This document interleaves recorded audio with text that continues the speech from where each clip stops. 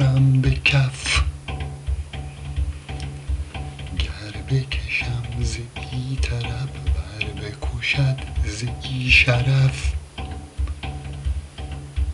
طرف کرم ز کس نبست این دل پر امید من، گرچه سخن همی برد قصه من به هر طرف. از خم ابروی توام هیچ گشایشی نشد، وه که در این خیال کج عمر عزیز شد تلف. وه که در این خیال کج عمر عزیز شد تلف.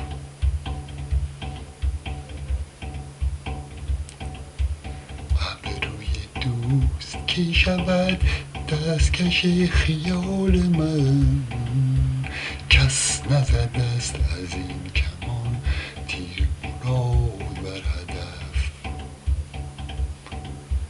چند به ناز پرورم مهر بتان سنگدل، یاد پدر نمی کنند این پسران ناخلف. یاد پدر نمی کنند این پسران ناخلف.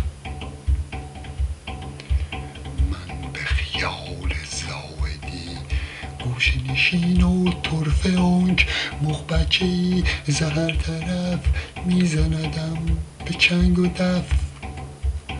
مغ بچه‌ای ز هر طرف میزندم به چنگ و دف.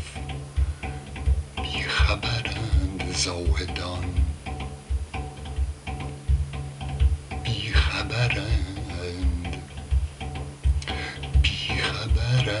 زاهدان. نقش بخوان ولا تقل، مست ریاست محتسب باده بده ولا تخف. صوفی شهر بین که چون لقمه شبهه میخورد، پاردمش دراز باد اون حیوان خوش علف. پاردمش دراز باد اون حیوان خوش علف. حافظ اگر قدم زنی در ره خاندان به صدق، بدرقه ره